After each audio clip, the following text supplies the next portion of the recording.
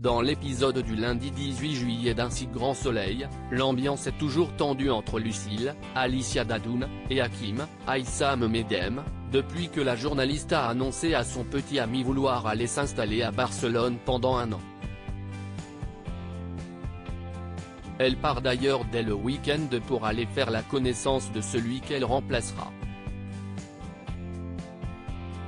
Et bien qu'elle a expliqué avoir fait des recherches sur les entreprises françaises de sécurité pour Hakim, ce dernier ne décolère pas et lui réplique de partir à Barcelone et d'y rester.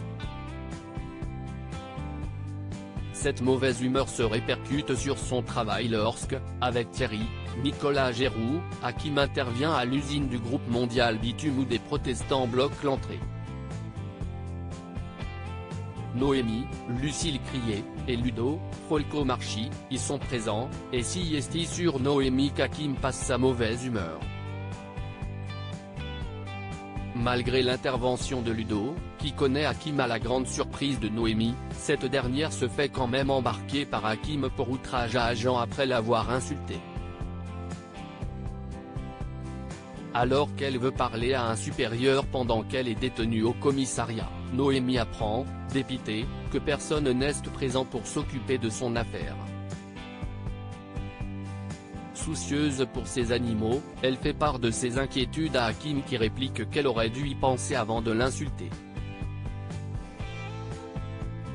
Pendant ce temps, la tension est également présente entre la juge Cécile Alphand, Marie-Gaëlle Calle, et le commissaire Becker, Yvon Bach, qui ressent la pression mise par cette dernière pour que l'affaire du trafic de drogue avance.